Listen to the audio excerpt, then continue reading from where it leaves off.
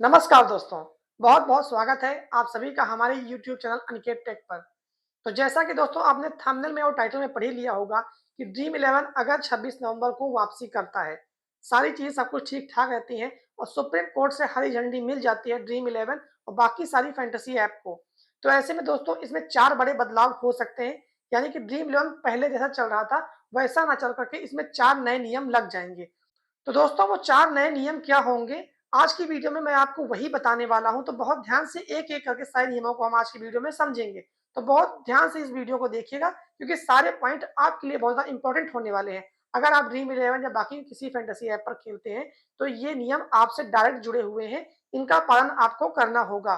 तो दोस्तों आइए टाइम को वेस्ट नहीं करते हैं, सीधा एक-एक करके सारे नियमों के बारे में हम लोग जानते हैं। तो दोस्तों सबसे पहला और बहुत महत्वपूर्ण नियम जो बदलाव होगा वो ये कि अब जो विनिंग अमाउंट होगा उसकी संख्या बढ़ाई जाएगी, यानी कि विनर्स की संख्या बढ़ाई जाएगी। तो दोस्तों इसको मैं थोड़ा-सा आपको एग्ज़ाम्पल के तौर पे समझाना चाहता हूँ कि ये विनर्स की संख्या कैसे बढ़ाई जा सकती है। तो दोस्तों आपको एक एग्ज़ाम्पल मैं दे रहा हूँ, जैसे कि पहले ₹49 का कॉन्टेस्ट होता था। मान लीजिए कि 100 लोगों ने 49-49 रुपए लगाए। एक कॉन्टेस्ट में 100 लोग खेल रहे हैं। तो ऐसे में पहले क्या होता था कि जो नंबर 1 पे आता था उसको डायरेक्ट 1 करोड़ रुपए दे दिए जाते थे। नंबर 2, नंबर 3 को उसको थोड़ा कम करके दिया जाता था। लेकिन जो हमारे हारने वाले प्लेयर्स थे, उनकी संख्या वहाँ पर बहुत ज़्यादा हुआ करती थी। जैसे कि मान लीजिए 100 लोग खेल रहे हैं, तो वहाँ के 30-40 मान के चलिए 50 लोगों को मिल जाता था, बाकी हारने वालों की संख्या ज़्यादा होती थी। अब उस चीज़ को थोड़ा-सा कम किया जा सकता है। मान लीजिए कि अगर 100 में से इसको 70-80 लोगों को डिस्ट्रीब्यूट किया जाएगा, जो विनिंग अमाउंट होगा।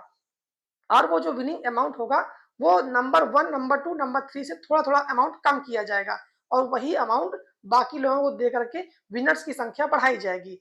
मान लीजिए कि 1 करोड़ का कॉन्टेस्ट होता था, उसमें से थोड़ा-सा पैसा और एक्स्ट्रा काट करके जो छोटे-छोटे यूज़र्स होते थे, जो ₹49 लगाते थे, मान लीजिए कि किसी की रैंक 60, 70, 75 आ रही है और उस बेचारे को कुछ नहीं मिलता था, उसके ₹49 भी चले जाते थे। ऐसे में उसको थोड़ा-सा अमाउंट वापसी में दिया जा सकता है। एग्ज़ाम्पल के तौर पे आप समझ लीजिए 10, 15 या ₹20 इतना कम से कम उनको मिलेगा, ताकि उनको एक हार फ़ील ना हो, उनको लगे कि हाँ, हमने ₹49 लगाए, 10-20 हमने जीते या फिर वापस मिले। उसको अंदर से दोस्तों एक ऐसा लगेगा कि हाँ, चलिए ठीक है, मैं नहीं जीत पाया, अगली बार मैं अच्छा प्रयास करूँगा। क्योंकि सारा मामला चल रहा है दोस्तों इसी चीज़ पर डिपेंड करता है, क्योंकि एक बात बहुत उठ रही थी कि इसमें लोगों का पैसा बहुत ज़्यादा ज़ाया हो रहा है। तो इस चीज़ को लेकर के नियम में एक ये बहुत बड़ा बदलाव आपको देखने को मिल सकता है, जिसमें कि जो विनर होगा उसका अमाउंट थोड़ा-सा कम करके बाकी लोगों को थोड़ा-थोड़ा करके दिया जाएगा। ऐसे में जो रैंक 1 पर आता है, उसको विनिंग मिल जाएगी और जो बाकी सारे लोग हार ज़्यादा रहे थे, उनकी संख्या थोड़ी-सी कम हो जाएगी। यानी कि विनर्स बढ़ाए जाएँगे, कहने का मेरा मतलब ये है। आइए चलते हैं अपने अगले पॉइंट की तरफ। तो दोस्तों अगला पॉइंट है, वो बहुत ज़्यादा इम्पोर्टेंट है, क्योंकि अब एक नियम और लगेगा इसमें कि एक आधार, एक पैन और एक मोबाइल नंबर से एक ही अकाउंट आप रन कर सकते हैं।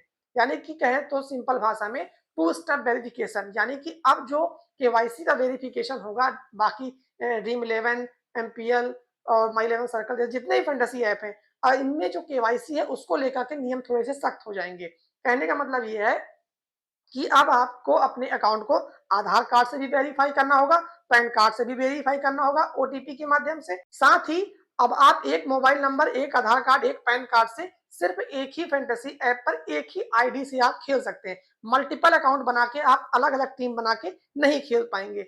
इससे होगा ये कि जो लोग दोस्तों पैसा ज़्यादा बर्बाद करते थे, क्योंकि ये मैटर डायरेक्ट फैमिली और सोसाइटी से जुड़ा हुआ था। इस पे आरोप लग रहे थे कि इसमें लोग बर्बाद हो रहे हैं, जुए की लत लग रही है।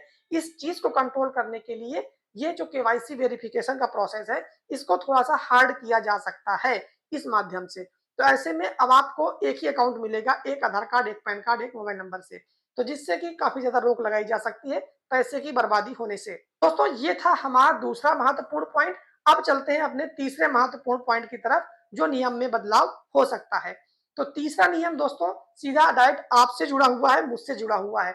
जो लोग फैंटेसी खेलने वाले हैं, उनके मन में कभी न कभी एक सवाल ज़रूर पैदा होता था कि जब वो कॉन्टेस्ट जीतते थे तब तो ठीक था, लेकिन जब वो कॉन्टेस्ट हार जाते थे, तो उनके मन में एक सवाल, एक शंका ये पैदा होती थी कि शायद ऐसा तो कहीं नहीं है कि जो नंबर 1, नंबर 2, नंबर 3 के जो विनर्स हैं, यानी कि जो करोड़पति बन रहे हैं, कहीं वो ड्रीम 11 ये फैंटेसी के ऐप के लोग तो नहीं हैं? क्योंकि होता ये था कि आपको हर समय जानकारी नहीं हो पाती थी कि कौन जीता है, आज का जो अमाउंट है 1 करोड़ कौन जीता है। ऐसे में अब ये जो फैंटेसी कंपनियाँ होंगी, इनको ट्रांसपेरेंसी दिखानी होगी और इनको बताना होगा कि हाँ, इस व्यक्ति ने इतने पैसे जीते हैं, इस व्यक्ति ने आज की जो कॉन्टेस्ट था इसका ये विनर है। तो इसको लेकर के गवर्नमेंट और फैंटेसी ऐप के बीच में ये चीज़ें क्लियर होंगी, बात इस पर एक राय बनाई जाएगी, क्योंकि उनको बताना होगा कि आखिर अगर ये अमाउंट विन हुआ है तो इसको जीता किसने है। मैं ये नहीं कहता कि उस आदमी का आप एड्रेस रिवील कर दें, उसका सब कुछ रिवील कर दें, लेकिन नहीं, प्राइवेसी होनी चाहिए। लेकिन ड्रीम इलेवन को या बाकी सारे फैंटेसी ऐप को कम से कम उसकी आईडी मेंशन कर देनी चाहिए और एक एक्सेस देना चाहिए जो जिससे कि बाकी जो खेलने वाले हैं उसकी आईडी पे जाकर के उसकी टीम को देख सके, उसको देख सके या फिर उसके बारे में थोड़ा बहुत कुछ जान सके, जिससे लोगों के मन में एक विश्वास पैदा हो, एक सांत्वना हो उनके मन में कि हाँ यार, ऐसा रियल में होता भी है। क्योंकि बहुत सारे लोगों का सवाल भी होता है, बहुत सारे लोग कमेंट में भी पूछते हैं कि आखिर ये जीत कौन रहा है? बाकी सारे लोग अगर हार ही जा रहे हैं तो जीत कौन रहा है? इस चीज़ को लेकर के थोड़ी-सी ट्रांसपेरेंसी जो फैंटेसी कंपनियाँ हैं, उनको दिखाने की ज़रूरत पड़ेगी। जो कि मेरे हिसाब से एक बहुत अच्छा कदम होगा अगर ऐसा होता है। लोगों के मन में विश्वास भी होना चाहिए दोस्तों, क्योंकि पैसा कोई लगाता है तो उसके मन में शंका तो ऑटोमैटिक आ ही जाती है। तो दोस्तों ये था तीसरा महत्वपूर्ण पॉइंट। अब चलते हैं अपने चौथे और अंतिम सबसे महत्वपूर्ण पॉइंट की तरफ, जिससे कि सबसे ज़्यादा यूज़र्स प्रभावित होंगे। क्योंकि दोस्तों अगर ऐज की लिमिट की बात करें और डिपॉज़िट की लिमिट की बात करें, तो चौथा पॉइंट यही है, ऐज और डिपॉज़िट की लिमिट। पहली चीज़ दोस्तों कि अब एक नियम आ जाएगा जिससे कि एक एज निर्धारित की जाएगी कि इस एज से कम के लोग तो नहीं खेल पाएँगे और वो एज हो सकती है दोस्तों 21 प्लस, यानी कि 21 के बाद की उम्र हो सकती है। अभी तक 18 वाले खेल रहे थे। इसको सुनने में ये आया है, सूत्रों से खबर मिली है कि ये 21 से 22 से ऊपर ही हो सकता है, नीचे नहीं आएगा। क्योंकि इसके नीचे के जो बच्चे खेल रहे थे, कहीं न कहीं वो ऐसा लगता है कि वो मैच्योर नहीं थे या फिर उनके पास इतना ज़्यादा एक्सपीरियंस फैंटेसी को लेकर के नहीं था, जिसकी वजह से वो मनी लॉस कर रहे थे और कॉन्टेस्ट हार रहे थे, जिसकी वजह से बहुत सारी सोसाइटी और फैमिलीज़ प्रॉब्लम हो रही थी। तो पहला पॉइंट है ऐज को लेकर के इसमें। और जो दूसरी चीज़ बड़ी आती है डिपॉज़िट लिमिट, डिपॉज़िट लिमिट को कंट्रोल किया जाएगा। वो कैसे कि मान लीजिए कम से कम ₹200 की 1 दिन की लिमिट तय की कर दी जाएगी डिपॉज़िट में कि इतना पैसा आप लगा सकते हैं, इसके ऊपर का पैसा आप नहीं लगा सकते। क्योंकि जो ड्रीम इलेवन को लेकर के आपकी हालिया जो विवाद अबकी वाला हुआ है, इसमें सबसे बड़ी बात युवाओं को लेकर के की गई। इससे युवा गलत रास्ते में जा रहे हैं और वो अपना पैसा बर्बाद कर रहे हैं, जिससे जुए की लत लग रही है, ये कहने का बात था। यानी कि स्किल को कहीं न कहीं थोड़ा-सा साइड लाइन किया गया और इस चीज़ को बढ़ावा दिया गया कि ये एक गैम्बलिंग यानी जुए की श्रेणी में आता है। इस चीज़ की वजह से जो डिपॉज़िट लिमिट है उसको कंट्रोल किया जाएगा। तो दोस्तों डिपॉज़िट लिमिट कंट्रोल करने से फ़ायदा ये होगा कि जो लोग ज़्यादा डिपॉज़िट करके ज़्यादा हार जा रहे थे, जिसकी वजह से बहुत ज़्यादा एक रायता फैल रहा था। बहुत लोगों की जो सोसाइटीज़ की जो प्रॉब्लम थी, सुसाइड को लेकर के और बाकी सारी चीज़ों को लेकर के, इस पर बहुत ज़्यादा लोगों का फ़ोकस हुआ था, तो इस चीज़ को कंट्रोल किया जाएगा। तो दोस्तों आपके हिसाब से मैंने जो आपको 4 पॉइंट बताए हैं, आपको सबसे अच्छा और बेहतरीन नियम कौन-सा लगा? कमेंट करके आप ज़रूर बताइएगा, क्योंकि जो चीज़ें मैंने बताई हैं, ये सूत्रों के हवाले से खबर है, ऐसा हो सकता है।